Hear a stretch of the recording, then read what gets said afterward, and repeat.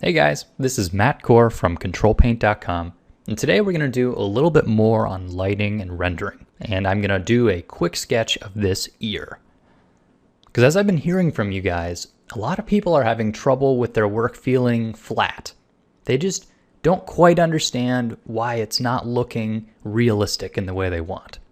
And 9 times out of 10, the answer is because of lighting. In order to make things look three-dimensional, to have form, they have to be well lit. But as a quick reminder, if you look below the post, you'll find links for free brushes and worksheets, as well as in-depth premium series available in the Control Paint store. So you can see I've started out with my sketch here with a line drawing on the right. And that was drawn with one of the brushes I made in my custom brush design series. The layer is set to multiply, and for the first half I'm going to be drawing underneath that, so I can get the structure blocked in. And for this whole video, I'm only going to be using one brush. Standard, hard round with a bit of texture on it. So it's going to be easy to render with, but it's also going to have a little bit of textural grit to it. There's a lot of different ways to approach rendering like this, but I really like the temp layer approach. So I've got my value swatches here. I'm going to start with the shadows. So on a new layer, I'm going to be painting in from hard to soft. So I'll start on the hard edge, render out the shadow shape, concentrating most on that way the hard edge looks. And then as it transitions into the highlight shape, I'll use a soft eraser to erase that away. And in fact, I'll even put a little texture on my eraser just so it'll add a little extra grittiness. Okay. So I'll make a new layer, start from the hard edge, and paint out towards the soft. And then erase away the area I don't want. And I find that starting with the shadows like this is a great way to anchor a painting in, because you could theoretically start with the highlights if you wanted, but there's something about starting with the shadows and then slowly building up to your brightest values that gives it a convincing look. All right, so this is basically the same steps that I'll be repeating over and over. You've seen me do it before. But let's get real for a second. Why am I drawing ears? Why all the grayscale? It seems like this has nothing to do with concept art, nothing to do with dragons, all the fun stuff. But look, this is it. This is how you get better. It may not look fun, but the truth is once you do it a little more, it actually becomes fun. Because all you're doing is looking at light, shadow, and form. You can describe anything visually with form. Adding things like color and texture will be nice, and that's something you get to later. But if you can't get this crucial step, getting the shadows to look correct in order to create sort of a convincing three-dimensional form, well then you'll never make the rest of the stuff work.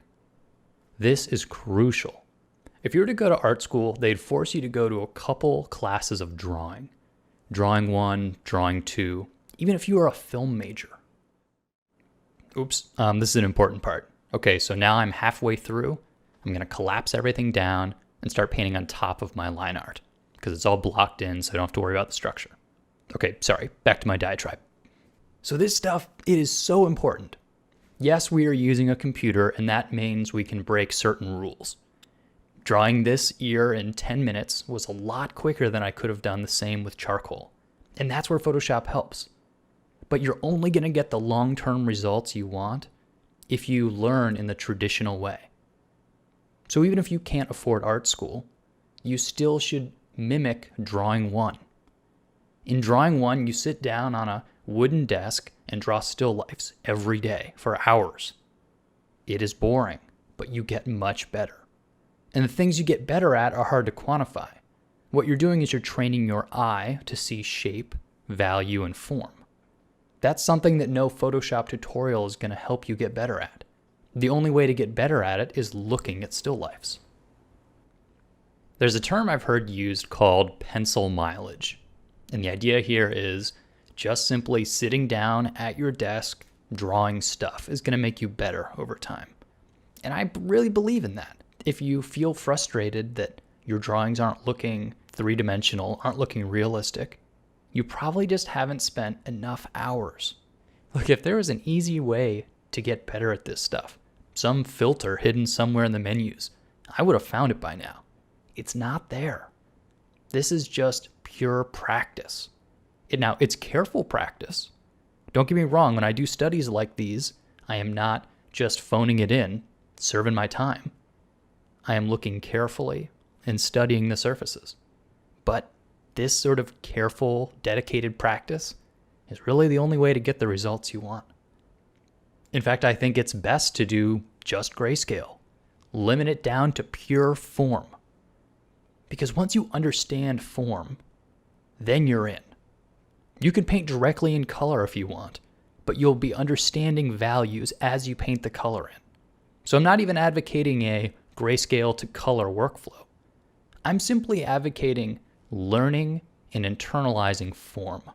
And really the only way to do that is lots of practice. So I hope that in some way Control Paint can stand in as a drawing one for Photoshop. In fact, that's why I created the Basic Rendering for Photoshop series. It is, in some small part, like a Drawing 1 course. Because what I'm doing here is I'm drawing light and shadow, but based on an understanding of how basic types of light work. And that's what the Basic Rendering series is all about. I talk about the difference between direct light or indirect light. What's ambient occlusion? Because knowing about light and how to see its effects is really the secret to painting everything. It's how you're going to paint Space Marines, but this has to come first. So get out there and practice your form. Practice your lighting and your value. Of course, I'd encourage you to get the series found in the store, which is exactly about these subjects. But this is an old topic. If you like learning from books better, there's plenty of books on this in the library. Now, however you do it, learn this subject. It is the foundation to everything else you're going to do in painting. That's why you do it first at art school. So good luck, and thanks for watching, guys.